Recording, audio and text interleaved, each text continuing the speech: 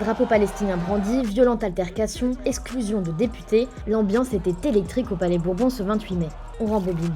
Pendant les questions au gouvernement, la députée LFI Alma Dufour a interpellé Gabriel Attal sur la situation à Gaza.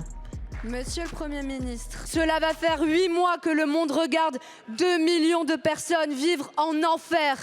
La France doit annoncer la suspension des échanges économiques avec Israël et demander l'intervention immédiate des casques bleus. Rafah n'est pas qu'une frontière, c'est un miroir. Si vous ne le faites pas, ma question, monsieur le Premier ministre, c'est comment vous pourrez vous regarder dans une glace? C'est le ministre du Commerce extérieur Franck Riester qui lui a répondu. Comme l'a rappelé à l'instant le Premier ministre, la France appelle à un cessez-le-feu immédiat. Nous appelons à l'ouverture sans délai de tous les accès humanitaires. Mais Madame la députée, vous ne pouvez pas faire abstraction des attaques terroristes du 7 octobre dernier. La France... Le député LFI Sébastien Delogu s'est alors levé et a brandi le drapeau palestinien.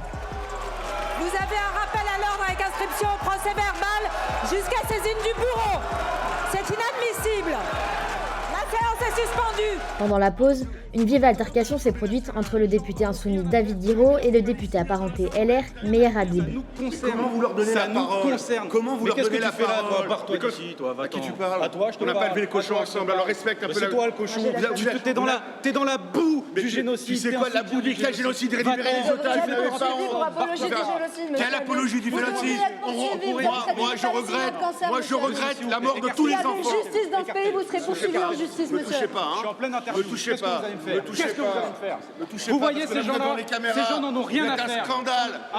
Vous faites honte à l'Assemblée nationale. Ces gens n'en ont rien à faire de la bienséance. Palestiniens dans l'Assemblée, vous rien à avez faire. plus limite. Ils s'en grattez 1000 voix de plus. Des bonnes règles, regardez-le. Ce monsieur sous. est un porc. Il défend un génocide depuis le début. C'est un porc. Il a dit à l'Assemblée nationale que ça n'allait pas s'arrêter depuis le début. Ce monsieur est un porc. Il fait honte à la France. Il fait honte au pays. Voilà. Et on devrait tous avoir honte d'être représentés par des gens comme ça, qui n'ont pas de cœur, qui ont un cœur à sens unique. Voilà. Nous, le 7 octobre, on a pleuré les victimes israéliennes.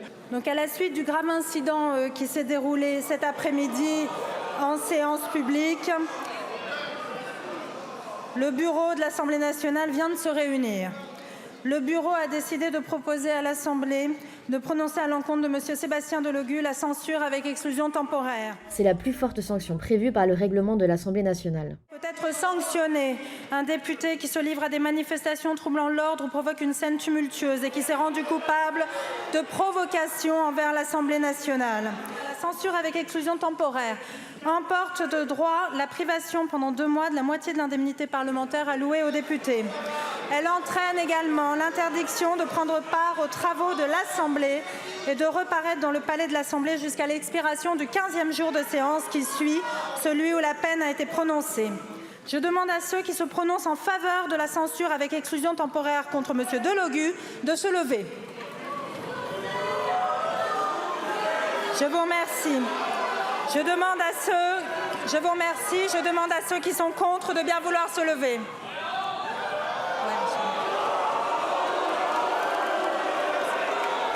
L'Assemblée a prononcé la censure avec exclusion temporaire. Monsieur Delogu, il vous est demandé de quitter l'enceinte de l'Assemblée nationale immédiatement. Sébastien Delogu a quitté l'Assemblée en faisant le V de la victoire avec ses doigts. Il a affirmé que cette sanction représentait pour lui une médaille.